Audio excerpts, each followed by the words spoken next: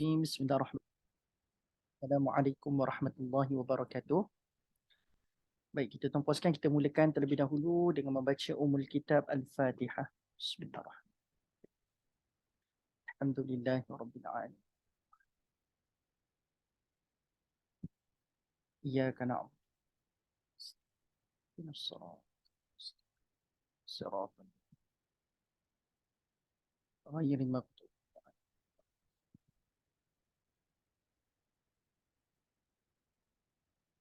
Alhamdulillah wassalatu wassalamu ala Rasulillah wa ala alihi wa sahbihi wa man walah. Subhanaka la ilma lana illa ma 'allamtana innaka antal alimul hakim. Rabbi syrah li sadri wa yassir li amri walul 'uqdatam min lisani yafqahu qawli. Allahumma ja'alil Qur'an al-'azim rabi'a qulubina wa nura sudurina wa jalaa'a ahzanina wa dhahaba humumina wa ghumumina. Allahumma ja'alna minal ladzina yastami'una qawla fayattabi'una ahsanah. Amin ya rabbal alamin. Alhamdulillah, tuan sekalian bersyukur pada Allah Subhanahu Wa Taala kerana pada pagi ini kita diizinkan oleh Allah Subhanahu Wa Taala untuk kita bertemu lagi tuan sekalian bagi sama-sama kita mengambil istifadah daripada ayat-ayat Allah Subhanahu Wa Taala, kalam Allah, yang mudah-mudahan tuan sekalian daripada manfaat yang kita ambil, faedah yang kita ambil daripada kalam Allah ini, kita boleh jadikan sebagai pedoman, petunjuk dalam kehidupan untuk kita lalui dengan penuh keredaan daripada Allah Azza wa Jalla. Sebab hidup kat dunia ni tuan-puan sekalian tak ikut dengan cara kita. Sebab kalau ikut dengan nafsu tuan-puan sekalian, dia akan rosak. Dia akan ada kemungkinan besar, mungkin barangkali banyaklah, bukan kata kemungkinan kecil lah, tapi kemungkinan besar tuan-puan sekalian, kalau kita ikut nafsu kita ni, kesannya adalah banyak hidup kita ni tidak akan menemui kebahagiaan yang hakiki. Dia mungkin akan bahagia sekejap, instan, tapi tidak berkekalan bahagia itu sehingga ke akhirat. Sebab itu, pedoman daripada Al-Quran sangat diperlukan supaya kita ni hidup dengan cara yang Allah nak kita hidup. Barulah kita mendapat keredaan daripada Allah Subhanahu Wa Taala. Okey, baik, tuan-tuan sekalian, pada pagi ini, pada pagi ini tuan-puan sekalian, insya-Allah kita akan bukan sambung lah, saya tak berhajat untuk nak menyambung topik perbincangan kita daripada surah Al-Kahfi. Maka hari ini tuan-puan sekalian kita ambil satu sesi khusus lah, sebab tuan-puan, sesi khusus sebabnya saya rasakan tuan-puan sekalian dalam bulan Ramadan ini sangat menarik kalau kita boleh melihat beberapa ayat yang berkaitan dengan Ramadan. Dan juga mungkin barangkali tuan-puan sekalian, sebab kita pun dah 14 Ramadan pada hari ini, maka tuan-puan sekalian mungkin barangkali kita mungkin dah boleh start berbincang topik-topik yang berkaitan dengan Lailatul Qadar ataupun nuzul Quran, yang mungkin saya nampak dia lebih menyebabkan kita berada in present lah. Apa maksud saya be in the present? Sebab kita bukan sekadar berada di bulan Ramadan untuk sekadar berpuasa dari sudut tahan lapar dan dahaga. Tapi kita nak berada di bulan Ramadan ini, kita betul-betul present diri kita, hadirkan diri kita, sebab kita nak memanfaatkan bulan ini sebagai bulan yang disebut oleh Allah sebagai bulan turunnya Al-Quran. Maka sangat pentinglah untuk kita menelusuri ataupun kita mengkaji Al-Quran itu sendiri supaya kita dapatkan sebuah makna berada di bulan Ramadan Al-Mubarak. Jadi sebab itulah saya nak memilih beberapa ayat daripada Al-Quran hari ini untuk kita nak bincang apa ayat-ayat yang sesuai untuk kita bincangkan di bulan yang mulia ini, insya-Allah. Kalau ikutkan semua ayat Quran sesuai, tuan-puan sekalian, tapi yang bersangkutan dengan bulan ini, itu yang saya nak bincangkan dengan tuan-puan sekalian pada hari ini, insya-Allah. Saya percaya tuan-puan sekalian mungkin dah ramai para asatizah yang mungkin dah start berbincang berkenaan dengan surah Al-Qadar ataupun cerita berkenaan dengan nuzul Quran. Tapi saya tuan-puan sekalian akan juga bincang tentang itu nanti tuan-puan sekalian dalam second half saya punya pembincangan. Tapi saya nak start dulu dengan mendatangkan makna saum kepada kita semua. So, bila kita berada di bulan Ramadan, antara aktiviti yang kita diwajibkan untuk lakukan adalah saum. Sebab itu dalam lafaz niat puasa kita pun tuan-puan sekalian, kita lafazkan nawaitu sauma ghadin. Kita nak saum. Saum ini maksudnya apa tuan-puan sekalian? Saum ini maksudnya puasa. Okay, saum bermaksud puasa. Tetapi tahukah tuan-puan sekalian, dalam Al-Quran yang kita baca pada hari ini, Allah Subhanahu Wa Taala ada memberikan makna lain yang mungkin jarang-jarang kita ketahui, tapi dia masih lagi sekitar pada perkataan saum itu. Okay? Seperti kalau kita baca dalam ayat 185 surah Al-Baqarah, Bila Allah kata faman syahida minkumus syahra falyasum. Apabila kamu nampak anak bulan, maka kamu kena yasum, kena berpuasa. So sum dekat situ bermaksud puasa lah. Tapi tuan-tuan sekalian, saya nak bawa satu ayat pada pagi ini untuk kita jadi terbuka minda melihat rupa-rupanya saum itu ada maksud lain. Dan ianya juga perlu dilakukan oleh kita yang sedang saum di bulan Ramadan ini. Tapi mungkin kita akan kembangkan lagi apa itu saum. Okey, ayat yang saya maksudkan tuan-tuan sekalian yang menambahkan lagi makna saum untuk kita praktiskan di bulan ini, iaitu datangnya daripada surah Maryam ayat yang ke-26. Okay, surah Maryam ayat ke-26. Kalau tuan-puan sekalian ada mushaf, saya sangat rekomen tuan-puan sekalian buka. Ataupun saya boleh, saya boleh share screen tak? Supaya memudahkan tuan-puan sekalian boleh tengok terus kan. Saya turun bukakanlah ayat tu untuk tuan-puan sekalian nampak lagi sedap sikit kan. Dia fokus dia dekat kita punya screen. Alright, saya bukakan. Okey, saya try share screen kalau dibenarkan untuk saya share screen. Okey, alhamdulillah. Okey, tuan-puan sekalian. Sekarang kita cari ayat 26, ayat 26 surah Maryam. Okey, ayatnya di sini. Okey, jadi tuan-puan sekalian seperti biasa kita mulakan dengan membaca isti'adzah. Mudah-mudahan Allah jauhkan kita semua daripada syaitan dan iblis insya-Allah. Baik, a'udzubillahi minasyaitonirrajim. Firman Allah ayat 26 surah Maryam. Allah sebut, "Fakuli washrabi wa qarri 'aina. Fa imma tarayinna minal bashari ahadan faquli inni nadhartu lirrahmani sawma. Inni nadhartu lirrahmani sawman falan ukallimal yawma insiya." Terjemahan, maka makanlah dan minumlah serta bertenanglah hati dari segala yang merunsingkan. Kemudian kalau engkau melihat seorang manusia, maka katakanlah sesungguhnya aku bernazar. Dia membisu kerana Allah Ar-Rahman. Setelah aku menyatakan yang demikian, maka aku tidak akan berkata-kata kepada sesiapa pun dari kalangan manusia pada hari ini. Baik, tuan-puan sekalian, untuk makluman ayat ini adalah ayat yang ada kaitan dengan kisah Maryam alaihissalam yang baru saja melahirkan Nabi Isa alaihissalam. Okey. Jadi tuan-puan sekalian, adalah ayat ini datang masa cerita berkenaan dengan sewaktu cerita Maryam nak lahirkan Nabi Isa. Okey. Apa yang saya nak attract perhatian tuan-puan sekalian dalam ayat 26 surah Maryam ini adalah pada kalimah sauman dekat sini. Sebab tadi bila saya tanya pada tuan-puan sekalian dan kita bincang perkataan saum itu sekadar difahami tak makan dan tak minum, menahan lapar dan dahaga di siang hari. Itu saum yang kita faham. Kita baca surah Al-Baqarah pun falyasum pun maksud puasa kat situ yang kita fahami adalah tak makan dan tak minum di siang hari. Tapi kalau itulah semata-mata kefahaman saum yang kita pegang pada hari ini tuan-puan sekalian, bagaimana pula kita nak explain perkataan sauman yang ada pada ayat 26 surah Maryam ini, yang kalau kita cari-cari dekat dalam ayat ni tuan-puan sekalian, dalam terjemahan yang kita baca ni, ini statement yang ada bersangkutan dengan kalimah sauman itu, tak nampak pula perkataan tak boleh makan, tak boleh minum. Kan? Inni nadharutu lirrahmani sawma. Kan? Sawma. Kan? Sesungguhnya aku bernazar. Dia membisu kerana Allah Ar-Rahman. Mana saum yang kita duk selalu katakan maksudnya tak boleh makan, tak boleh minum. Jadi di sini tuan-puan sekalian, kita nak tambahkan lagi makna saum. Sebab kita kena berpuasa. Dalam sebutan saum tu kita kena saum di bulan ini. Sebab kita punya lafaz niat puasa pun lama itu saum maghadi. Memang kena saum di bulan Ramadan. Tapi adakah saum kita itu sekadar mencukupi dengan kita tahan lapar dan dahaga? Jadi ayat 26 ni tuan-puan sekalian, saya boleh katakan ayat yang menambah nilai. Menambah nilai bagaimana? Saya boleh katakan ringkasnya, secara kesimpulan, ayat 26 ini seolah-olah macam nak menyeru kepada orang yang saum, berpuasa tahan lapar dan dahaga di siang hari. Di samping dia tahan perkara tersebut, dia juga kena menahan apa? Kena menahan mulutnya dari berkata sesuatu yang boleh mengurangkan pahala.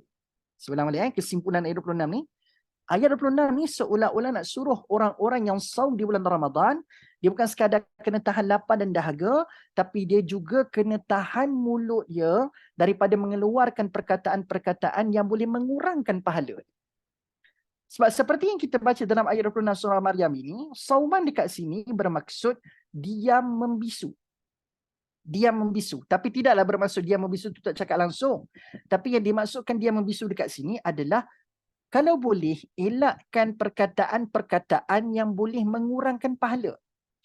Sebab Maryam ni tuan-puan sekalian, dia adalah hamba Allah yang terpilih, wanita yang terpilih untuk Allah Subhanahu Wa Taala takdirkan ada kandungan dekat dalam rahim dia walaupun tak pernah disentuh oleh mana-mana lelaki. Jadi tuan-puan sekalian, dan dalam kandungan Maryam itu bukan orang biasa-biasa. Tapi dalam kandungan Maryam itu adalah adanya seorang Nabi, iaitu Nabi Isa alaihissalam. Jadi tuan-puan sekalian, Allah Subhanahu Wa Taala telah pilih Maryam.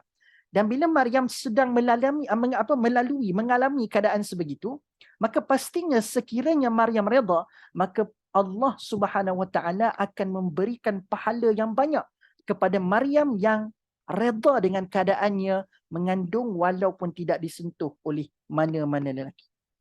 Tapi tuan-puan sekalian, walaupun sudah diberikan pahala, ada tak possibility kalaulah mulut ini tiba-tiba tak jaga? Tak jaga dalam maksud macam mana? Contoh, dia mengeluarkan perkataan-perkataan yang mungkin menampakkan dia macam seolah-olah mempertikaikan takdir Tuhan. Nak buat macam mana? Dia macam tiba-tiba mengeluarkan keluhan-keluhan yang mungkin barangkali nampak macam seolah-olah tidak 100% reda kepada takdir yang berlaku kepada diri dia. Sebab mulut ni tuan-puan sekalian, dia ni bukan semata-mata kalau kita dengar dalam peribahasa Melayu, kita dengar kerana mulut badan binasa, betul? Tetapi tuan-puan sekalian, dalam Al-Quran, Allah ada bawakan satu lagi idea, bukan semata-mata kerana mulut badan binasa, tapi kerana mulut amalan binasa. Amalan pun boleh binasa tuan-puan sekalian kalau kita tak jaga mulut. Jadi elok-elok dah Maryam dalam keadaan amal saleh sebab dia redha pada ketentuan ilahi, ketentuan Tuhan. Tapi sebab kalau mulut ni tak ada yang menahan. Mulut ni dia macam bebas untuk berkata apa-apa. Maka banyak tak possibility untuk Maryam terlepas perkataan-perkataan yang boleh mengundang berkurangnya pahala? Ada possibility. Sebab itu Allah bila nak jaga pahala Maryam ni tuan-puan sekalian, maka Allah suruh Maryam untuk bernazar supaya jangan kamu berkata apa-apa. Sebab pastinya Maryam, bila kamu dah lahirkan Isa daripada kandungan kamu, daripada rahim kamu, bila kamu balik ke kampung halaman memegang anak bayi pada waktu itu, pastinya akan ada netizen-netizen, akan ada orang-orang kampung, wartawan-wartawan kampung yang akan datang kepada kamu dan mungkin akan mengajukan pelbagai soalan-soalan yang mungkin akan menuntut kamu untuk respon. Tak? Mesti netizen akan datang, wartawan akan datang tanya, budak ni main mana? Anak siapa? Siapa bapak budak ni? Oh, anak kamu ke? Mesti akan ada persoalan-persoalan macam tu punya. Jadi mestilah kalau kita yang jenis kalau tidak ada ketahanan untuk nak menjaga mulut pada waktu itu, mungkin kita akan mudah melatah, mungkin akan mudah mengeluarkan perkataan-perkataan yang based on hawa nafsu saja semata-mata nak menutup rasa malu pada waktu itu, mungkin akan bercakap sesuatu yang dusta. Maka Allah suruh Maryam untuk dia membisu, bernazar untuk dia membisu supaya Allah nak elakkan Maryam ini berkurang pahala. Allah takdirkan dia berada dalam situasi yang kita telah bincang dan sebutkan sebentar tadi. Jadi tuan-puan sekalian, itulah. Jadi kita nak elakkan tuan-puan sekalian hari ini. Sebab kita tuan-puan sekalian di bulan Ramadan ini ada banyak amalan-amalan salih yang kita buat. Betul tak? Kita baca Qurannya, kita salat tarawihnya, kita tadarusnya, kita masuk kelas tadaburnya. Maka penting sangat-sangat kita berjaga mulut. Kalau tuan-puan sekalian nak tengok satu lagi ayat. Kenapa saya kata tadi kalau dalam peribahasa Melayu kerana mulut badan binasa, tapi dalam agama ada istilah kerana mulut amalan binasa. Sebab apa saya sebutkan sedemikian? Sebab ada satu surah, iaitu suratul Baqarah. Saya bukakan saya bukakan terjemahan bahasa Melayu untuk tuan-puan sekalian tengok. Terjemahan bahasa Melayu ya. Okey, boleh. Okey, tuan-puan sekalian, kita nak tengok ayat 264. Okey. Kena scroll lah. Saya tak plan. Jadi macam trigger nak cerita pasal benda ni pada tuan-puan sekalian. Sebab mulai hari ni, sebab kita masih lagi 14 hari berpuasa, which mean ada lagi berbaki separuh lagi hari untuk kita berpuasa, which mean dalam 2 minggu lagi ataupun 14 ke 15 hari lagi tuan-puan sekalian. Jadi, it's never too late untuk kita repair apa-apa yang kurang pada puasa kita di bulan Ramadan yang Allah takdirkan kita berada pada tahun ini. Oh, jauh pula 264 ni. Okey. Okey, dah terlepas pula dah. Ayat 264. Ni. Okey.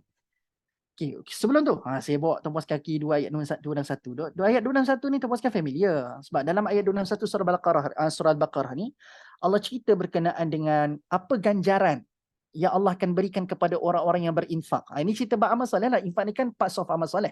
Dan saya percaya infak ni juga antara yang kerap juga kita lakukan di bulan mulia ni, di bulan Ramadan ni. Kan dengan zakat fitrahnya, kita tajur orang buka puasanya, infak banyak berlaku. Lalu Allah kata orang yang berinfak ini fisabilillah, yang menginfakkan hartanya di jalan Allah, Allah kata seperti, Allah buat satu perumpamaan.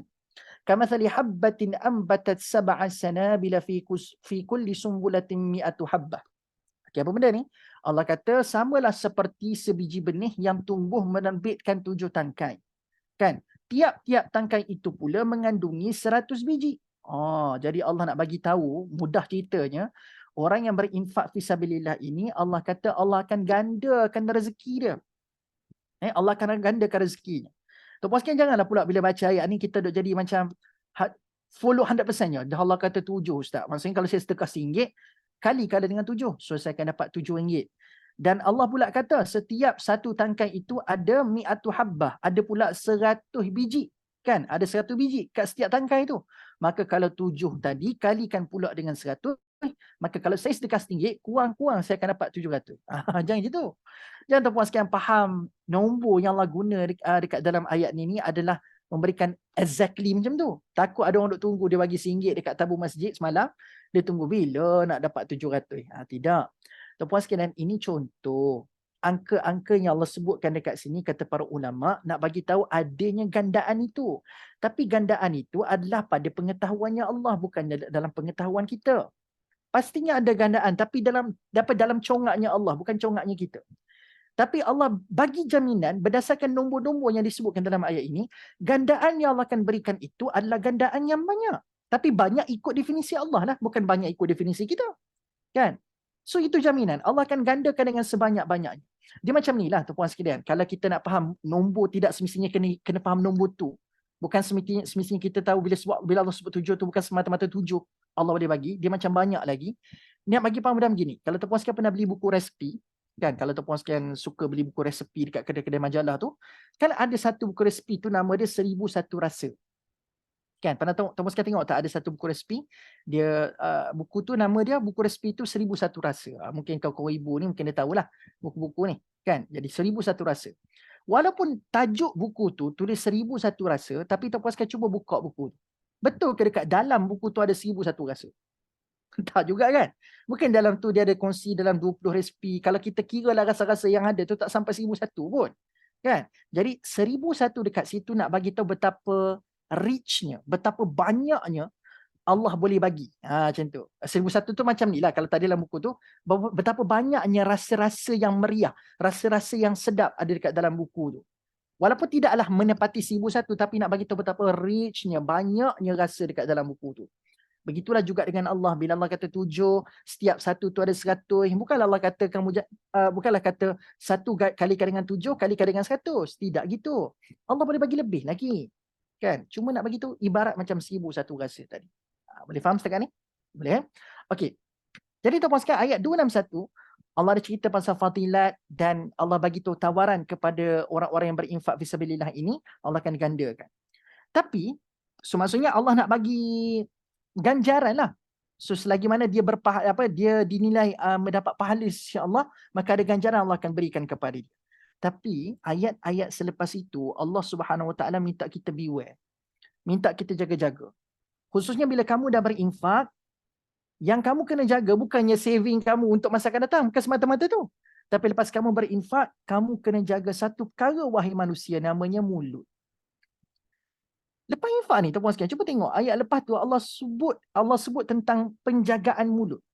Kan, jaga mulut. Lepas ada cerita pasal infak ni, ayat lepas tu saya terus terjemahan orang-orang yang membelanjakan hartanya pada jalan agama, iaitu Allah, jalan agama ataupun jalan Allah, kemudian mereka tidak mengiringi, ni saya highlightkan, tidak mengiringi apa yang mereka belanjakan itu dengan perkataan membangkit-bangkit dan tidak pula menyinggung atau menyakiti pihak yang diberi. Jadi tuan-puan sekalian, perkataan membangkit-bangkit ataupun dalam bahasa lainnya mengungkit. Dan tidak pula menyinggung ataupun menyakiti pihak yang diberi. Kadang-kadang tuan-puan sekalian, nak cakap ni sometimes boleh je kita tak keluarkan suara daripada mulut. Kadang-kadang kita punya bahasa badan pun boleh bercakap bagi pihak kita. Kan? Ataupun kadang-kadang dengan satu respon ataupun satu bunyi yang sangat-sangat minimal. Satu bunyi yang sangat-sangat sikit. Itu pun boleh bercakap bagi pihak kita. Contoh tuan-puan sekalian, kalau kita tak puas hati dengan orang kan, kita tak cakap terus terang-terang dekat dia, aku tak puas hati lah dengan kau. Tak terus cakap macam tu kan. Kita kadang-kadang buat, pernah dengar tak buat macam tu? Bisa tuan-puan sekalian. Dia macam, gitu. Lepas tu dengan mata kita tuan-puan sekalian pada waktu itu dengan kita bagi side eyes kan. So kadang-kadang action speak louder than words tau tuan-puan sekalian. Bahasa badan tu dia boleh bercakap lebih lantang daripada mulut kita yang mengeluarkan suara. Okay. So sebab tu ada manna dengan adha dalam ayat ni. Allah kata jangan kita ada manna, jangan buat adha. Manna ni mengungkit, adha ni adalah buat tindakan-tindakan yang boleh mengecikkan hati orang-orang yang menerima infak. Ni cerita pasal apa ni tuan-puan sekalian? Kita pasal jaga mulut lah. Jaga mulut kita. Jangan mengungkit. Mulut ni elakkan daripada mengungkit.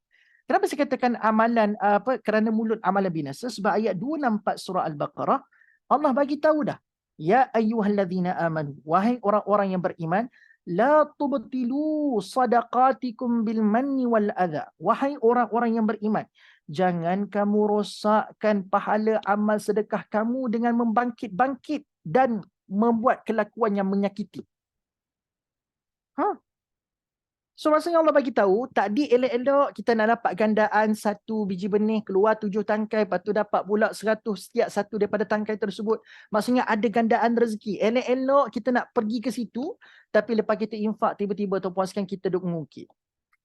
Kita duk menyakitkan hati orang yang menerima infak kita tu dengan mulut kita, dengan perkataan kita. Jadi tuan-puan sekalian, nak main pahala macam mana? Nak dapat fadilat sedekah macam mana? Mulut tak jaga.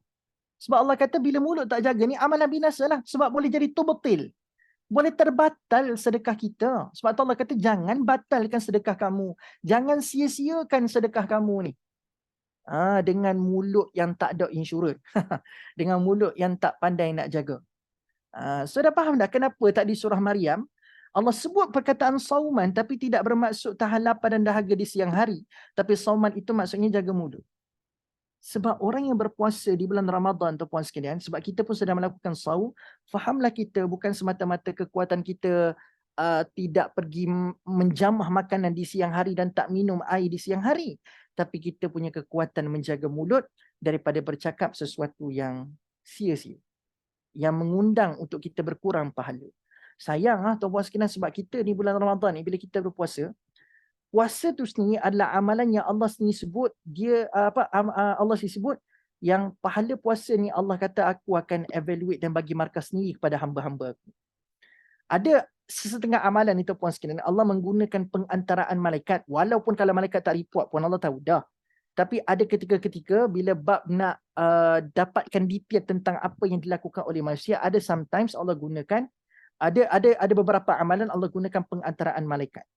Tetapi tuan-puan sekalian untuk puasa Allah kata puasa itu adalah puasa itu adalah amalan antara hamba-Ku denganku.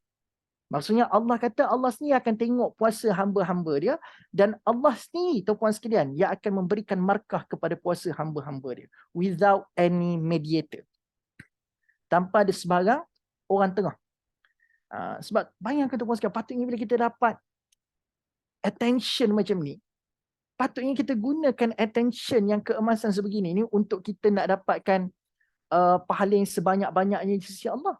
Tapi sayanglah elok dah kita tak makan tak minum siang hari tapi mulut pula macam puaka.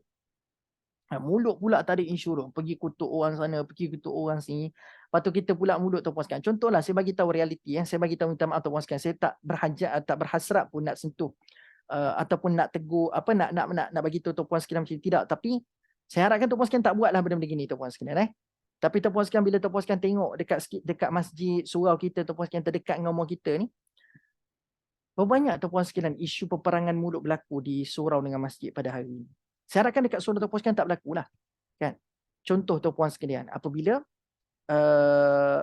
wadah iftar yang dijamu kepada orang-orang yang hadir ke masjid untuk berbuka puasa. Tiba-tiba tuan-puan sekalian, ni dua side lah. Side yang pertama adalah daripada orang yang menerima makanan iftar, tajaan makanan iftar tu. Dahlah percuma dia makan pula kat masjid, tak perlu keluar duit apa-apa. Tiba-tiba tuan-puan sekalian bila dia makan makanan pada hari tersebut, mungkinlah ada rasa dekat makanan tu tak kena dengan tekak dia. Mungkin dia rasa tawar ke, kurang gula ke, kurang garam ke tuan-puan sekalian. Lalu apa yang berlaku tuan-puan sekalian, jangan terkejut, dah berlaku dah pun tuan-puan sekalian. Orang yang masyarakat yang dapat sumbangan tajaan berbuka puasa tu tiba-tiba pergi sound AJK Masjid kata seolah-olah memberi makanan dalam keadaan tidak ikhlas. Kan? Macam tu. Tuan-puan sekalian, kita tak tahu betapa struggle-nya AJK Masjid ni nak cari sumbangan. Nak sediakan pack-pack iftar untuk nak jamu orang-orang yang datang berbuka puasa dekat masjid. Tiba-tiba ada orang yang mulut dia ni tak pandai nak jaga, tiba-tiba pergi sound AJK Masjid. Kata pula AJK Masjid ni seolah-olah tak ikhlas dalam menyediakan juadah berbuka. Sebab katanya tak sedap. Padahal seorang dia tu je rasa tak sedap. Orang lain semua elok je makan tuan-puan sekalian. Dia seorang je rasa tak sedap. Kan? Mulut tak jaga. Pergi sound AJK Masjid. Tak kena lah macam tu. Bila AJK Masjid dah kena serang macam tu tuan-puan sekalian, siapa yang tak teruji keimanan? Tuan-puan sekalian, bila mana ada orang mempertikaikan keikhlasan. Dia tuan-puan sekalian dah lama tak dapat nak buka puasa dengan anak bini dia dekat rumah. Dia korbankan masa pergi ke masjid nak pastikan sistem edaran makanan iftar tu lancar. Tiba-tiba kena serang macam tu. Siapa yang boleh sabar? Walau bulan puasa sekalipun, siapa keimanan tak teruji bila dia serang macam tu? Maka AJK Masjid pula tuan-puan sekalian, mulut dia pun tak jaga juga. Tapi tidaklah semua, sebahagian. Dia pun balas balik statement orang macam tu. Dengan bagi tahu, jenis hamba tak bersyukur lah. Tikam lidah. Jadi elok tuan-puan sekalian, di bulan yang mulia ni, banyak ruang-ruang amalan kita boleh kutip tuan-puan sekalian. Patutnya banyak pahala kita dapat. Tapi kita rosakkan dengan mulut kita. Rugi lah. Rugi. Sangat rugi. Jadi tuan-puan sekalian, samalah dengan banyak institusi kita kena ambil kira tuan-puan sekalian pada hari ini. Dengan institusi masjid, dengan geng-geng tadarus bersama. Sedih juga tuan-puan sekalian bila dengar geng-geng tadarus ni. Bila mana dia dapat pula ahli grup dekat dalam grup tadarus tu, tuan-puan sekalian mungkin barangkali hak merangkak membaca. Kan? Baca tu merangkak habis. Kan? Dia nak baca tu slow kan. Orang lain tu pakai laju je baca. Tiba-tiba ada seorang hamba Allah dalam grup dia ni baca merangkak. Lalu tiba-tiba tuan-puan sekalian sebab mulut tak jaga kan. Dia pun, kan saya kata tadi, nak bercakap ni tak semestinya dengan kita keluarkan perkataan kat mulut. Tapi mungkin dengan bahasa badan. Contoh macam bila time giliran orang tu kena baca sebagai contoh, dia buat bahasa badan yang kurang selesa. Dia buat macam seolah-olah muka tak puas hati dan sebagainya. Hati-hati ya tuan-puan sekalian. Satu lagi kena faham. Ramai orang silap faham tentang maksud tadarus. Dia ingat ke sebab ramai orang faham tadarus ni tempat baca Quran ramai-ramai. Salah tu. Betul lah praktisnya ramai orang macam tu lah tadarus. Tapi kembali pada maksud asal tadarus ni tuan-puan sekalian. Tadarus datang daripada kalimah darasa. Mana darasa? Apa maksud darasa? Darasa ni belajar.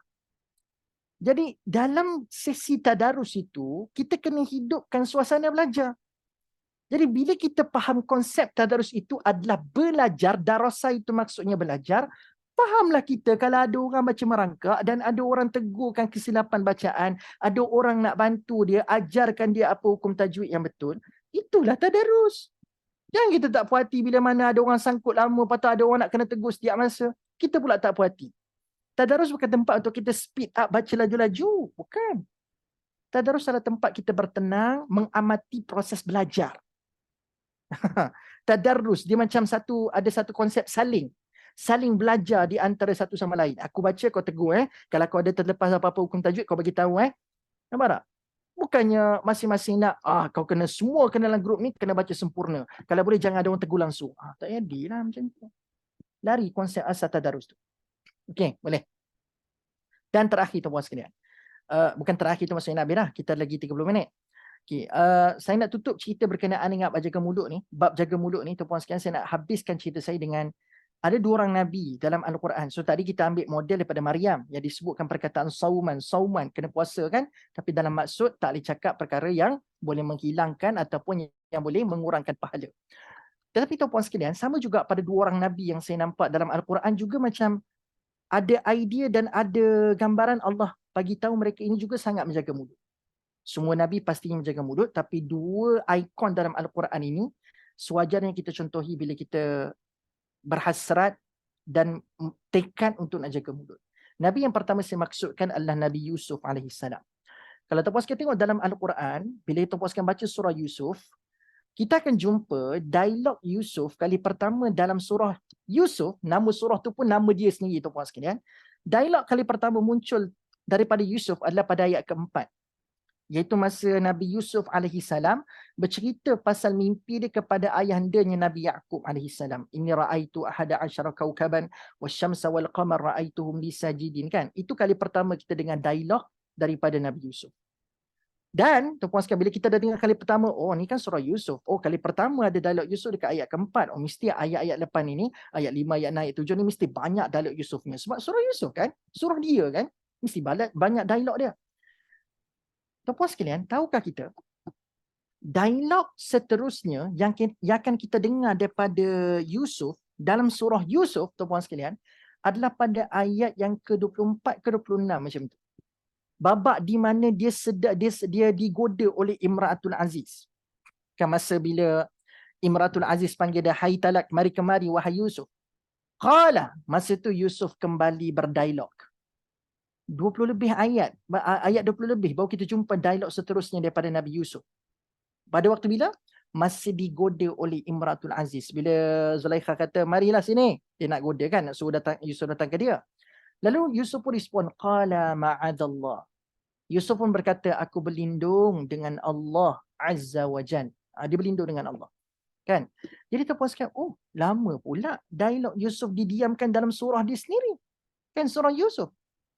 Takkanlah. Sebab bila saya kata tadi, cerita itu berlaku sewaktu dia digoda oleh Imratul Aziz. Maksudnya cerita ni tuan-puan sekalian berlaku setelah ada babak dia dihumban dalam telaga. Ada babak dia dijual oleh pedagang-pedagang yang jual dia dengan harga yang murah. Tuan-puan sekalian, masa abang-abang dia campak dia dalam telaga, tak ada ke dialog Yusuf ni? Tak ada ke Yusuf sekurang-kurangnya dirakamkan dialog? Yusuf meronta-ronta minta tolong. Tolong keluarkan saya daripada telaga ni. Abang tak patut buat saya macam ni. Tak ada pun kedengaran dalam surah Yusuf kan? Kita dapati seolah-olah Yusuf ni tak bercakap apa-apa dalam telaga tu. Kita ingatkan dalam telaga tu dia dah budak kecil. Kita ingatkan dalam keadaan ketakutan mungkin Allah akan rakamkan dia seolah-olah sedang meronta-ronta minta tolong. Tapi tak ada dialog Yusuf sepanjang dalam telaga.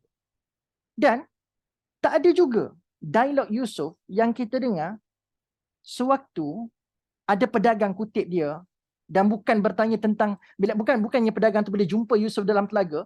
Ingatkan soalan pertama yang akan diajukan kepada Yusuf bila dah jumpa dia dekat dalam telaga tu, dia akan tanya, adik main mana? Macam mana dekat dalam telaga? Mana ayah adik? Mana keluarga adik? Kita ingat ke itu yang pedagang tu akan buat the first thing bila jumpa Yusuf dalam telaga? Tapi tak. Bila dia keluarkan Yusuf daripada telaga, bukan nak tanya budak tu datang mana, nak kembalikan budak tu pada keluarga. Nombor satu dalam kepala pedagang pada waktu itu adalah, budak ni boleh bagi kita duit. Kita jual lah dia. Nampak tak? So itulah realiti tuan-puan sekalian. Kita akan hidup di dunia yang mana akan ada orang sekeliling kita yang tak akan menghargai pun kehadiran kita, yang tak akan menghargai pun perasaan kita. Yusuf pastinya dalam keadaan sedih bila abang dia perlakukan sedemikian. Tapi tiba-tiba ada orang jumpa dia, keluarkan dia daripada sumur, daripada telaga. Ingat ke nak concern bab perasaan dia? Tapi tak, itulah dunia. Akan ada banyak orang sekeliling kita yang tak akan concern pun pada perasaan kita. Seperti mana pedagang yang tak concern pun perasaan Yusuf, yang dia tahu adalah budak ni boleh bagi aku duit. That's all matter. That's all matter. Itu je yang paling penting kepada pedagang pada waktu itu. Dia okey tak okey, siapa bapak budak ni, siapa keluarga budak ni, I don't care. Yang penting budak ni boleh bagi aku duit. So gitu tuan-puan sekalian. Maksudnya setara itu pun Yusuf tidak terlalu nak masukkan dialognya. Tidak pula dia terlalu bersungguh nak bagi tu dekat pedagang. Abang tolonglah kembalikan saya ke pangkuan keluarga saya. Saya daripada sekian-sekian tempat. Tolong datang hantar saya balik. Tak ada pula kita dengar dialog Yusuf macam tu kan. Tapi kita dengar sewaktu digoda oleh Imratul Aziz. Dan ada dialog selepas tu tuan-puan sekalian, dia bagi tahu sewaktu dia dituduh berkehendakkan Zulaikha, tapi akhirnya bila mana dia dah dituduh begitu, dia nak tegakkan keadilan, maka dia bersuara dengan mengatakan, bukan aku nak berkehendakkan dia, tapi dia yang berkehendakkan diri aku. Tuan-puan sekalian. Jadi Yusuf, dia betul-betul praktiskan apa yang disebutkan oleh baginda Nabi SAW. Falyakul khaira au yasmut. Pada dengar tak tuan-puan sekalian? Nabi pernah sebut antara ciri-ciri orang yang beriman ni, ciri-ciri orang beriman, bukan sesuatunya lah, antara ciri-ciri orang beriman, dia mengamalkan konsep falyakul khaira au yasmut. Berkata baik ataupun diam. Berkata baik ataupun diam. Yusuf praktis 100% apa yang disebutkan oleh baginda Nabi. Kalau tak ada benda baik nak cakap dekat mulut, yang terbaik yang kita boleh pilih adalah diam. Daripada kita nak cakap setiap masa tuan-puan sekalian, ada kemungkinan pahala kita boleh berkurang. Yusuf diuji, maka Allah bagi pahala sebab dia redha dengan ujian. Tapi kalau mulut bebas nak berkata apa-apa, ada kemungkinan tak pahala boleh berkurang. Ada kemungkinan. So ini Nabi pertama yang kita boleh contohi, bab menjaga mulut. Seterusnya Nabi yang kita boleh contohi juga bab jaga mulut ni adalah Nabi Zakaria AS. Tuan-puan sekalian tahu kan apa ujian yang Allah timpakan kepada Nabi Zakaria AS? Iaitulah Nabi Zakaria ni, Allah Subhanahu Wa Taala uji baginda dengan lambat dapat anak. Lambat dapat anak. Dan tuan-puan sekalian, walaupun dia lambat dapat anak, tapi kalau tuan-puan sekalian baca surah Maryam ayat yang keempat tak silap saya, ya betul ayat keempat, kita akan dengar doa Nabi Zakaria, Rabbi inni wahanal azmu minni washta'ala ar-ra'su shayba wa lam akum bidu'aika rabbi syaqiyya. Kita akan dengar doa Nabi Zakaria di mana dia bermohon kepada Allah Azza wa Jalla dengan memaklumkan, mengadu, Ya Allah, telah lemah tulang-tulangku, telah putih rambut-rambutku, Ya Allah. Yang ada kat kepala ni asal ada bulu. Kalau kata janggut, semua putih dah. Kalau ada misai, semua putih dah. Kalau ada bulu mata, pun dah putih dah. Semua dah jadi putih. Sebab dia kata, washta'ala ar-ra's. Mana kat seluruh kepala dia ni. Bukan dia kata, washta'ala sya'r. Kalau dia kata syiar, maksudnya mungkin rambut dia je yang putih. Tapi washta'ala ar-ra'su, maksudnya benda yang ada kat kepala dia, apa jua bulu yang ada kat kepala, semua dah bertukar menjadi syaiba. Semua dah jadi putih. Jadi dah tua sangat dah Nabi Zakaria ni. So dalam doa ni dia nak mengadu, dia dah tua dan dia sangat perlukan zuriat. Maka dalam ayat ni dia tak sebut pun, Ya Allah bagi aku zuriat tu. Tapi dia sebut, walam akum bidu'aika rabbi syaqiyya. Aku takkan pernah berhenti minta kat kamu, wahai Allah. Beradabnya dia bercakap dengan Allah Azza wa Jalla, berdoa kepada Allah. Dan, tuan-puan sekalian, dalam ayat yang ke-10, kita akan tengok Nabi Zakaria yang sudah dimaklumkan oleh Allah, Nabi Zakaria yang dimaklumkan oleh Allah yang dia akan dapat anak. Dan menariknya, bila dia dapat berita gembira yang dia dapat anak, tuan-puan sekalian, Allah Subhanahu Wa Taala bagi tahu yang antara tanda yang dia sedang mendapat berita gembira itu, dia tidak bercakap selama 3 hari. Sekarang boleh tengok ayat ke-10. Qala rabbi ja'alli ayah, qala ayatuka alla tukalliman nas thalatha layalin sawiyya.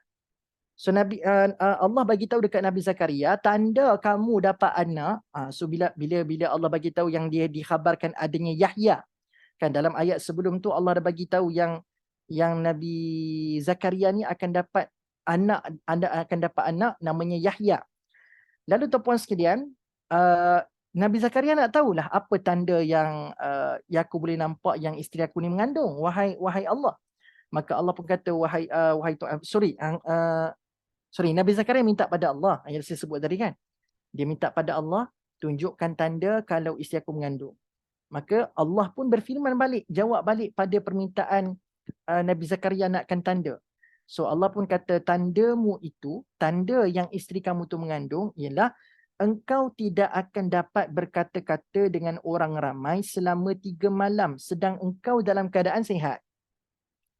Nabi Zakaria sihat elok ya tuan-tuan sekalian, tapi Allah kata tanda kamu dah dapat anak tu nanti adalah kamu tak boleh cakap dengan orang sekeliling kamu selama 3 hari. Walaupun kamu boleh bercakap. Gitu.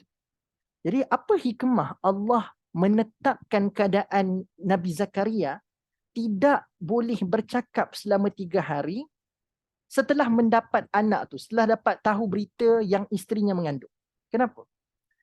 Sebab tu puan sekalian, elok-elok tadi Nabi Zakaria dalam doa dia memperlihatkan dia tak putus asa dengan Allah. So bila dia sabar, dia reda, maka Allah sedang mentakdirkan dia berada dekat dalam situasi dia sedang mendapat pahala daripada Allah dengan banyak. Sebab dia sabar, dia reda, kan? Tapi apa akan berlaku kalau tiba-tiba dia dapat tahu yang dia dapat anak dan Allah bagi kebebasan dia untuk bercakap, dan mungkin barangkali ada orang sekeliling pada waktu itu yang melihat keajaiban, oh dah tua pun dapat anak lagi. Apa tips? Mungkin barangkali orang minta tips. Macam mana kau boleh dapat anak walaupun rambut dah putih, semua dah putih belaka dah ni. Macam mana kau boleh dapat anak lagi? Kan? Kadang-kadang tu puan sekalian, orang yang mendapat berita gembira ni, sometimes dia akan cepat overwhelm. Tahu tak overwhelm? Overwhelm ni macam dia macam seolah-olah cepat larut sangat. Terlebih teruja dengan dia punya kenikmatan yang dia dapat. Sehingga menyebabkan mulut dia ni rasa nak cakap apa yang dia rasa nak cakap. Contoh Tuan Puan sekalian, bila ada orang datang jumpa dia kata, apa rahsia kejayaan? Contoh kalau Tuan Puan sekalian tengok kan, ada orang-orang yang mungkin barangkali dah sukses dalam bisnes dia, maka ada orang pun datanglah jumpa orang-orang sukses macam ni. Dia pun tanyalah, dia kata, apa rahsia kejayaan tuan? Dia boleh lepas dapat sejuta yang pertama sebagai contoh, dia dapat first million. Lalu orang tanya dia, apa rahsia dapat sejuta ni? So dia sedang dalam keadaan overwhelmed dengan kenikmatan yang dia dapat. Maka tiba-tiba Tuan Puan sekalian, bila dah terlalu larut dengan kegembiraan pada waktu itu, dia tak sebut pun, segala puji bagi Allah. Allah yang bagi semua ni. Kadang-kadang, kalau ada orang yang masih lagi iman dia kuat Tuan Puan sekalian, mungkin dia akan mengutamakan dalam sebutannya, Alhamdulillah, syukur pada Allah, Allah yang bagi semua benda. Mungkin dia akan sebut benda tu. Tapi kalau orang yang sudah terlalu larut dengan kegembiraan, mungkin barangkali, inilah sebab saya tak pernah kenal erti putus asa. Saya tak pernah saya tak pernah berhenti berusaha. Ini semua sebab saya ni, sebab tu, sebab ni, sebab tu. Sebab dia belaka tu orang sekalian. Maka elok-elok dia dah sabar sebelum ni sampai dia dapat nikmat. Dia elok dalam keadaan sedang mendapat redha dan pahala daripada Allah. Tiba-tiba disebabkan mulut dia mengutamakan tentang dirinya sahaja tanpa melibatkan, tanpa menyebutkan Allah yang telah memberikan segala kenikmatan kepada dia, tidakkah boleh berkurang pahala macam itu? Maka Allah menetapkan Nabi Zakaria tidak boleh berkata-kata selama 3 hari. Tujuannya apa? Siapa Tuan Puan sekalian tak gembira? Dah lama tunggu sampai tua nak tunggu dapat anak Tuan Puan sekalian. Sekarang dah dapat anak. Mesti happy bukan kepalang Tuan Puan sekalian. Jadi untuk nak control down supaya Nabi Zakaria masih lagi dalam keadaan mood mendapat ganjaran yang besar daripada Allah, maka Allah takdirkan, Allah tetapkan Nabi Zakaria berada dalam keadaan tidak boleh bercakap selama 3 hari. Boleh? Tuan-tuan sekalian sekarang ni. So tuan-tuan sekalian, mudah-mudahan Ramadan ni kita tidak semata-mata menahan lapar dan dahaga, tapi kita juga menjaga kita punya mulut daripada berkata-kata sesuatu yang boleh mengurangkan pahala puasa kita. Boleh tuan-tuan sekalian? Okay. So ini adalah first session. Ini first half. First half pun tak jadi separuh masa sebab tuan-tuan sekalian. Sebab kita ada 1 jam. Jadi saya plan 30 minit nak cerita bab jaga mulut ni. Dan 30 minit terakhir, saya nak bawa topik tentang Lailatul Qadar. Okay, Lailatul Qadar. Sebab kita pun tak lama lagi tuan-puan sekalian nak masuk 10 hari akhir dalam bulan Ramadan. Okay, so far tuan-puan sekalian, setakat ni saya open pada question tu, pada soalan. Koko tuan-puan sekalian nak tanya bab jaga mulut ni. Kalau tak ada, saya akan transfer ke topik Lailatul Qadar, insya-Allah. Ada tak? Kok ada yang nak tanya soalan berkenaan dengan bab jaga mulut dulu? Ya? Tak ada? Tak ada 1, tak ada 2. Okey, baik. Tuan-puan sekalian, 12 minit yang berbaki ni, jom kita bincang sikit topik Lailatul Qadar. Sebab saya percaya topik ni pun sangat ramai yang nak tahu. Jadi bila ramai nak tahu, maka saya akan ceritakan sikit supaya kita dapat pedoman lah untuk kita nak lalui 10 malam akhir, insya-Allah. Okey, obviously tuan-puan sekalian, bila nak cerita pasal Lailatul Qadar ini, tidak ada surah yang bukan tidak ada surah lah, maksudnya ada satu surah ni memang kita akan selalu sinonimkan, selalu akan familiarkan bila kita nak bercerita pasal Lailatul Qadar. Iaitulah surah yang saya maksudkanlah surah Al-Qadar itu sendiri. Surah yang surah Al-Qadar ni surah yang ke-97 dalam Al-Quran. Okey, sebelum tu saya nak attract perhatian tuan-puan sekalian. Dalam Al-Quran ni dia ada 4 surah je. 4 surah je yang dimulakan dengan inna. Ada 4 ya? Okey. Dia ada 114 surah dalam Al-Quran. Tapi ada 4 surah dalam Al-Quran yang dimulakan dengan inna. Inna. Okay. Apakah surah-surah yang dimulakan dengan inna ni? Kalau tuan sekalian nak bagi faham maksud surah yang dimulakan dengan apa ni? Contoh macam surah Al-Fatihah kan dimulakan dengan Alhamdulillah. Ada setengah surah dimulakan dengan huruf muqatta'ah, alif, lam, mim. Ada setengah surah dimulakan dengan Allahumma salli ala Muhammad dengan tasbih, sabbaha, yusabbihu kan. Tapi dalam Al-Quran juga ada surah yang dimulakan dengan inna. Dan total surah yang dimulakan dengan inna saya sebut tadi ada berapa? Ada 4. Ada 4. Apakah surah-surah tersebut tuan-puan sekalian? Surah yang pertama adalah surah Al-Fatah. Surah Al-Fatah.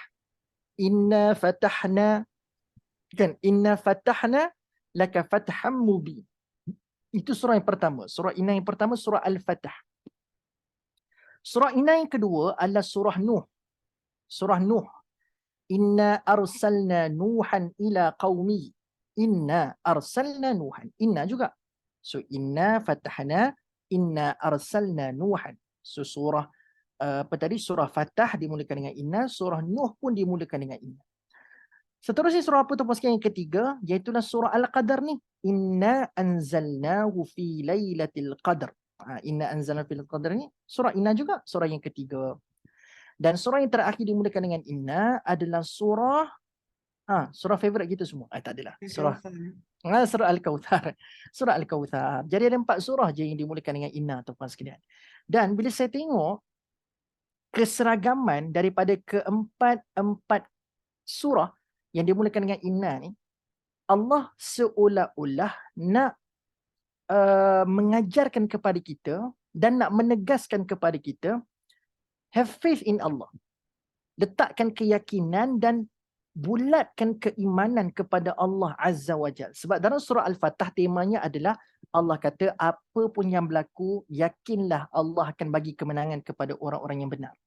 Walaupun amat berat bagi kamu untuk menerima perjanjian Hudaibiyah sebab kamu nampak kamu nampak perjanjian Hudaibiyah ni adalah perjanjian yang berat sebelah, tapi yakin dengan Allah. Yakin dengan Allah. So tema dalam surah Al-Fatah cerita pasal keyakinan pada Allah. Tema dalam surah Nuh pun cerita pasal keyakinan kepada Allah. Sebab apa? Bayangkan Nabi Nuh dah da'autu qaumi laila wa nahara, yang dah berdakwah di malam dan siang hari, tak berhenti dakwah Nabi Nuh kepada kaum dia. Tapi kaum dia tuan-puan sekalian berapa orang je, berapa ketul je yang beriman kepada Allah. Dahlah bukan malam siang je berdakwah. Selama 950 tahun Nabi Nuh alaihi salam berdakwah tuan-puan sekalian. Tempoh yang sangat panjang. Tapi Allah kata, wahai Nuh, keep consistent, yakin dengan aku pasti akan lindungi dan memberikan kemenangan kepada orang-orang yang beriman. Kan? So surah Al-Fatah pun keyakinan, surah Nuh pun keyakinan, surah Al-Qadar pun bab keyakinan, sebab Allah nak bagi tahu dekat kita semua, Lailatul Qadri khairum min alfi syahr. Ada satu hari, satu malam itu yang malamnya lebih baik dari 1000 bulan. Dan pada malam tersebut akan berlaku keadaan di mana boleh berlaku perubahan takdir manusia. Setiap kita ni ada takdir dah. Tapi malam Al-Qadar, nama pun Lailatul Qadar tuan-puan sekalian, malam ini antara benda yang boleh berlaku adalah boleh berlaku perubahan takdir manusia. Qadar, takdir. Okay? So yakin dengan dia, Allah boleh buat apa yang dia nak. Kan? Allah boleh buat apa yang dia nak. Okey, dan yang terakhir tuan-puan sekalian, surah Al-Kautsar pun cerita bab keyakinan. Nak bagi tahu dekat Nabi Muhammad, sebab dalam surah Al-Kautsar ni ada cerita pasal Nabi Muhammad yang diuji dengan kematian anak lelaki. Maka datang pula pakciknya Abu Lahab mendatangkan perkataan-perkataan yang menyakitkan hati. Maka Allah kata, wahai Muhammad, yakinlah dengan aku. Walaupun kamu di pihak yang sedang ditindas, yang sedang diejek, yang sedang ditohmah, walaupun kamu sedang mengalami detik yang sangat-sangat sukar, detik yang sangat menghiburkan, mendukacitakan, yakinlah dengan Allah, Allah pasti akan menggandakan ataupun memberikan kebaikan kepada kamu, walaupun kamu berada di situasi yang paling rendah dalam kehidupan. Siapa yang tak sedih tu puaskan hilang anak lelaki? Kan? Sebab Nabi Muhammad ni dia ada anak lelaki, tapi anak lelaki baginda ni semua tak hidup lama. Semua tak hidup lama. Siapa yang tak sedih hilang anak? Tu puaskan mesti sedihnya. Mesti sedih. Jadi tu puaskan 4 surah ni cerita bab keyakinan. Tak terkecuali surah Al-Qadar yang kita dah bincang sikit ni tu puas sekalian, pun bercerita pasal keyakinan. Okey. Dalam surah Al-Qadar ni saya tak nak cerita banyak sebab saya nak tu puan sekalian dapatkan idea sikit je. So mungkin nanti tu puan sekalian Nak dekat-dekat 10 malam akhir tu makin lagi banyak lagi asatizah yang akan kupas. Saya nak ambil 1-2 part saja dalam surah Al-Qadar ni yang mungkin kita boleh fahami dan boleh kita tambahkan penjiwaan untuk nak kita mengejar Lailatul Qadar di 10 malam akhir. Okay, saya nak tarik perhatian tuan-puan sekalian pada ayat yang ketiga. Ayat ni berbunyi Lailatul Qadri khairum min alfi syahr. Syahr. Iaitu malam Al-Qadar lebih baik daripada 1000 bulan. Kita kena faham betul-betul ayat ketiga ni tuan-puan sekalian. Sebab berapa ramai hari ni saya tengok, bahkan tahun lepas tuan-puan sekalian, kita tengok ada satu trend. Bila masuk je 10 malam akhir ni, ada trend di mana orang duk kira-kira, buat congak-congak. Dia kata, oh kita akan dapat gandaan pahala banyak mana kalau kita bertemu malam Al-Qadar ini. Lalu dia pun buatlah kira-kira, dia kata, oh kalau 1000 bulan bahagikan dengan 12, maka jawapan dia 83 plus macam tu. So dia pun duk ceritalah dekat orang ramai. Dia kata, oh siapa yang bertemu malam Al-Qadar, maka dia akan dapat amalan digandakan ataupun mendapat kebaikan selama 83 tahun. Saya nampak ada sedikit ralat pada apa yang disebarkan itu. Kenapa saya kata ralat? Sebab dalam ayat ketiga, Allah bukan kata Lailatul Qadri mithlun min alfi syahr. Allah tak kata Lailatul Qadri mithlun alfi syahr. Tak, Allah tak kata malam Al-Qadar itu sama dengan 1000 bulan. Allah tak kata mithlun, bukan sama dengan 1000 bulan, tapi Allah kata lebih baik, khairun min, lebih baik dari 1000 bulan.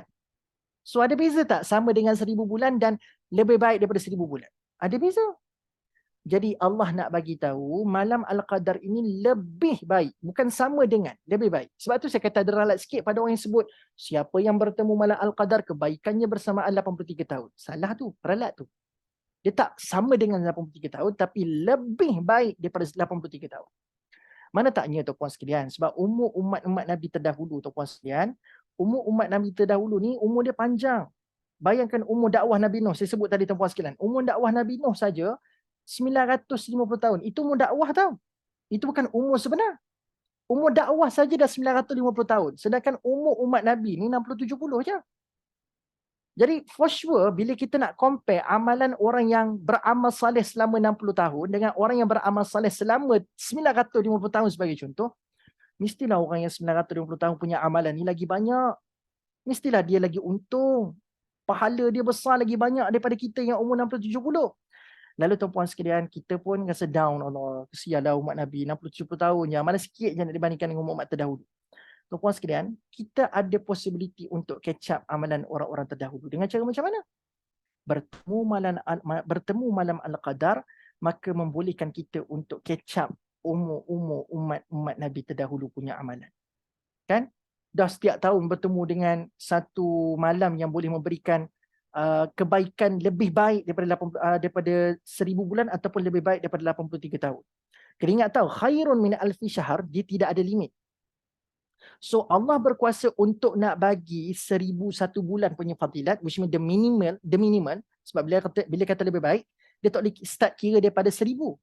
Dia kena start kira daripada 1001. So Allah boleh bagi the minimal fadilat untuk orang yang bertemu, iaitu Allah bagi kebaikan 1001 bulan. Tapi Allah juga boleh bagi infinitif punya kebaikan. Which mean mungkin kebaikan yang Allah nak berikan tu lebih baik tu tak tahu berapa banyak. Mungkin million of months, mungkin 1,000,000 bulan pun dikonsider sebagai lebih baik daripada 1000 bulan juga. Mungkin Allah nak bagi dalam bentuk 1 trilion bulan pun Allah boleh bagi. So this is how orang kata Allah bagi hack kepada umat Nabi Muhammad, tak perlu nak hidup 950 tahun menuai amalan sebanyak itu untuk mengumpul sebanyak itu. Bertemulah kamu dengan malam Al-Qadar, maka kebaikan yang kamu akan terima lebih baik daripada 1000 bulan. Wow. Okay, so change our mindset. So lepas ni jangan tengok 83 tu, oh banyak ni je saya dapat. No, Allah tak pernah sebut sama dengan. Allah kata khairun min, lebih baik daripada 1000 bulan. Itu yang pertama. Yang kedua, tuan-puan sekalian, saya nak tarik perhatian juga tuan-puan sekalian, iaitulah pada perkataan anzala. Okay, saya rasa tuan-puan sekalian, benda ni saya dah pernah bincang, tidak tahu, bahkan dalam kuliah-kuliah kita yang kita buat setiap bulan tu pun, saya kadang-kadang ada sentuh benda-benda macam ni. Saya ulanglah sekali tuan-puan sekalian. Saya ulang supaya tuan-puan sekalian kita tak confuse lagi. Bila nak masuk 17 Ramadan, nak masuk 10 malam akhir, kita tak confuse dah bila dengar perbahasan-perbahasan ataupun perbincangan-perbincangan sebegini. Sebab apa? Sebab bila kita tengok kalendar, tuan-puan sekalian, nuzul Quran jatuhnya pada bila? Pada 17 Ramadan. Tapi surah Al-Qadar bagi tahu inna anzalnahu fi lailatul qadar. Sesungguhnya Al-Quran, kami telah menurunkan Al-Quran pada malam Al-Qadar. Kita pula tahu malam Al-Qadar ini berada pada 10 malam akhir Ramadan. Tapi yang tengok kalender tadi 17 Ramadan nuzul Quran. So Quran turun bila sebenarnya 17 Ramadan ke ataupun 10 malam akhir? Sebab 17 Ramadan tu tak masuk lagi 10 malam akhir. Jadi turun bila 10 malam akhir ke ataupun 17 Ramadan? Okey. Quick shot tuan-puan sekalian, saya nak bagi tahu sikit dengan ringkas dan cepat. Tuan-puan sekalian, kedua-dua fakta tu betul. Quran turun pada 17 Ramadan pun betul, Quran turun pada malam Al-Qadar pun betul. Tapi tuan-puan sekalian, untuk makluman, Quran ni dia berlaku penurunan sebanyak 2 kali. Okay, berapa kali? 2 kali. Kali pertama adalah daripada Lauh Mahfuz ke Baitul Izzah. Lauh Mahfuz ke Baitul Izzah ni apa benda tuan-puan sekalian? Daripada Lauh Mahfuz daripada Allah sampai ke Baitul Izzah. Baitul Izzah ni adalah langit dunia. So ini adalah penurunan kali pertama. Dan penurunan kali kedua adalah daripada langit dunia ke Nabi Muhammad sallallahu alaihi wasallam. Okey. So Lauh Mahfuz ke Baitul Izzah penurunan kali pertama, Baitul Izzah ke Nabi Muhammad penurunan kali kedua. Dan penurunan kali pertama tadi daripada Lauh Mahfuz ke Baitul Izzah diturun sekaligus. Quran tu dah diturunkan sempurna dah dekat langit dunia tuan-puan sekalian. Dia tak turun beransur-ansur. Tapi kalau daripada langit dunia ke Nabi Muhammad dia turun mutawatir, beransur-ansur tuan-puan sekalian. Okey. So bila yang berlaku ni? Pada malam Al-Qadar tu yang mana satu? Yang sekaligus tu ke ataupun yang turun beransur-ansur? Yang turun pada malam Al-Qadar itu tuan-puan sekalian adalah penurunan daripada Lauh Mahfuz ke Baitul Izzah. So itu adalah penurunan yang berlaku pada 10 malam akhir itu, iaitu Lailatul Qadar. Lailatul Qadar ni tuan-puan sekalian berlakunya penurunan daripada Lauh Mahfuz ke Baitul Izzah. Sekaligus tuan-puan sekalian. Allah turunkan komplit dah Quran dekat langit dunia. Itu berlaku pada malam Al-Qadar. Tapi yang berlaku pada 17 Ramadan ni tuan-puan sekalian adalah daripada langit dunia ke Nabi Muhammad sallallahu alaihi wasallam. So the first time Quran turun dekat Nabi adalah pada 17 Ramadan. Dah boleh beza dah. Okey. Yang sekaligus yang pada malam Al-Qadar yang turun daripada Lauh Mahfuz ke Baitul Izzah, yang berlaku pada 17 Ramadan adalah penurunan kali pertama kepada Nabi Muhammad sallallahu alaihi wasallam. So itu beza dia. So depan ni jangan duk confuse lagi dah. Ustaz, kita punya kalender salah Ustaz. Quran kata Quran turun pada malam Al-Qadar, tapi kita duk punya kalender kita kata 17 Ramadan. Dua-dua betul. Tuan-puan sekalian So surah Al-Qadar pun memberitahu jawapan kepada kita. Sebab itu dalam Quran Allah bezakan perkataan anzala dengan nazzala. Anzala ini adalah penurunan secara sekaligus. Nazzala adalah penurunan secara beransur-ansur.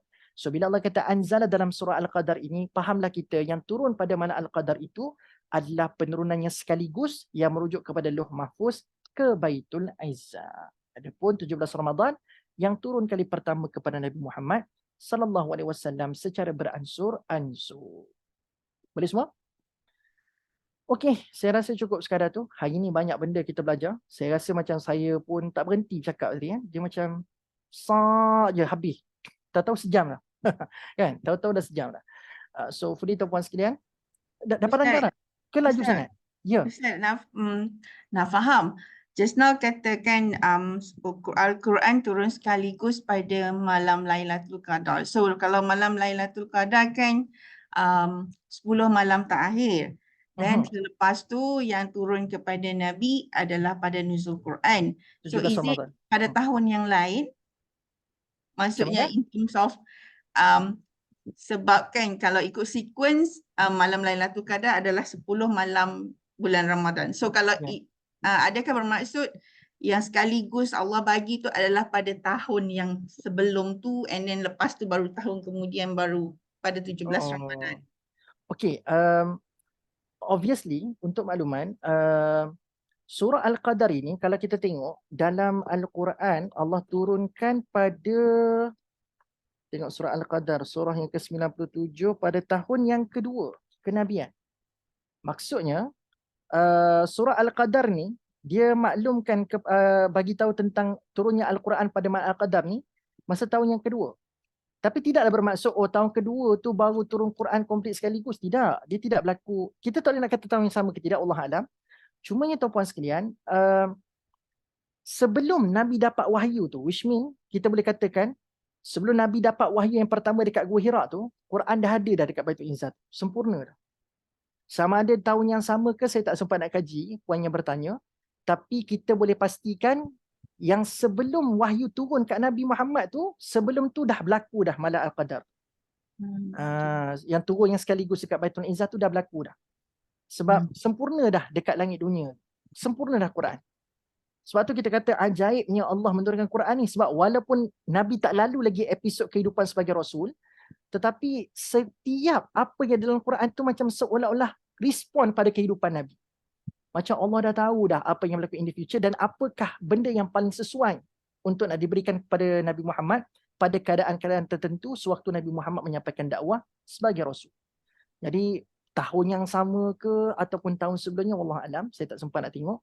Cuma yang pasti sebelum daripada turun kali pertama dekat Nabi Muhammad sallallahu alaihi wasallam. Itu respon muka saya lah puan yang bertanya tadi ya. Faham. Okey, good. Alhamdulillah. Ada lagi tuan-puan sekalian soalan? Saya tanya lagi satu soalan. Silakan. Pasal mulut tadi. Mulut, pasal mulut binasa kan. Kalau kita selalu orang cakap kita terpaksa bohong, ni istilah kita terpaksa diam adalah yang sebaik-baiknya. Baik, ada juga orang kata kita terpaksa buat white lies. So macam mana tu? White lies tu macam mana ya? Bohong sunat. Selalu orang cakap bohong sunat. Sebab macam mana tu Ustaz? Ada ke bohong sunat sebenarnya? Sebenarnya memang tak ada. Memang tak ada. Tapi itulah.